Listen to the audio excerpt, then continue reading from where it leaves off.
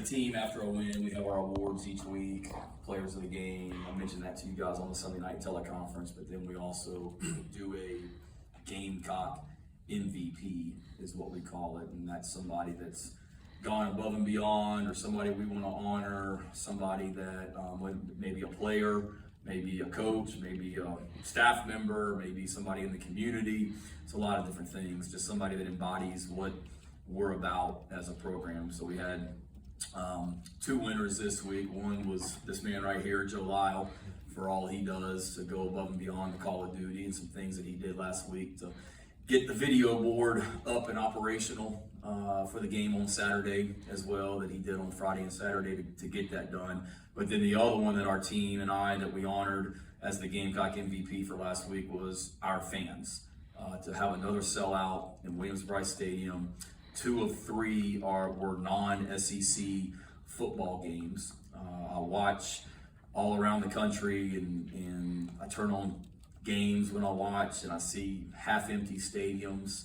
I see quarterbacks at other schools talking about how bad the atmosphere is at his own home game.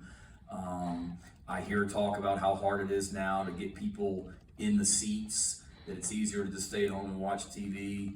So we appreciate our fans and want to thank them again for, when people talk about this across college football, the Gamecocks are the outlier, because we don't have to worry about filling up that place across the street. So we don't take it for granted, our players and coaches and staff, and for that reason, our fans, the people that were in Williams-Brice Stadium, were our award winners as Gamecock MVP for this past week as well. A couple things on injuries. We're in pretty good position right now.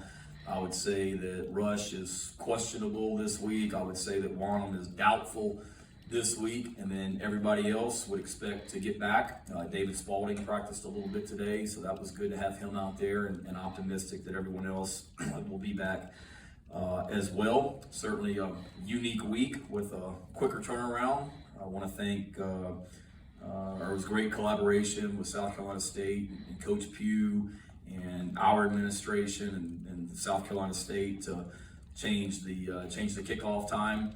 So glad we were able to get that done, and want to thank it's a university decision, and certainly appreciate our university and working with athletics and the conversations that Coach Tanner and our administration had as well, along with South Carolina State, because I know it's a lot that goes into changing a kickoff time. There's a lot of logistics at play as well, so there's a lot of people involved. So fortunate we were able to get that done. I've been here for a lot of Thursday night games here in Columbia. I know how electric and special they can be. I told the team out there after practice this morning, I remember some really special ones. I told them about 2008 when I think it was Russell Wilson in NC State. Is that right, David? NC State, and Russell Wilson came in here and got blanked 34-0 on a Thursday night. Told them about the 2009 Ole Miss game. I think that was the first time we ever played Sandstorm, if I'm not mistaken. They came in here ranked number 4 in the country and got beat. And then I'd forgotten about 2007. Kentucky was a top 10 team and came in here and got beat on a Thursday night. And then don't y'all forget 2009, the boys from Hattiesburg, sorry, 2010, the boys from Hattiesburg, Southern Miss ran in here on a Thursday night. So we had a Thursday night home game every year that I was here as an assistant coach, and I had some awesome Thursday nights out there in Columbia, and hopeful that this Thursday will be just as electric and as exciting as well. We know how our fans feel about a night game.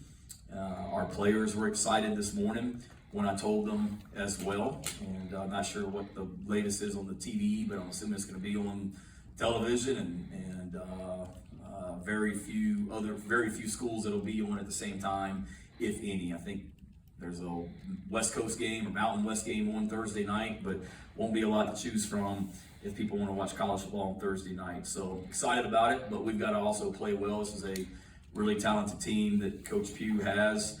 So much respect for Buddy Pugh and the man he is and the coach he is. And then as well, just the legends of South Carolina State, guys like Willie Jeffries, who I've got so much respect for and I enjoy being around every chance I get. So tons of respect for their program. They got a lot of really good players. There's a lot of talk last year about Jackson State, and rightfully so. People forget that South Carolina State beat Jackson State 31-10 in the last game of the season in their bowl game last year as well. A lot of guys that are key guys that were on that team are still on this team as well. This is a really, really athletic group led by a veteran quarterback. A lot of these NFL scouts that come through Columbia to watch us practice, when I usually ask them where you headed next, and the majority of them are headed to Orangeburg to go watch South Carolina State, because I know they had a high draft pick last year in the defensive back, and they're going to have some guys off this year's team that are going to be draft picks as well, notably that the receiver number 1 that they have out there as well. So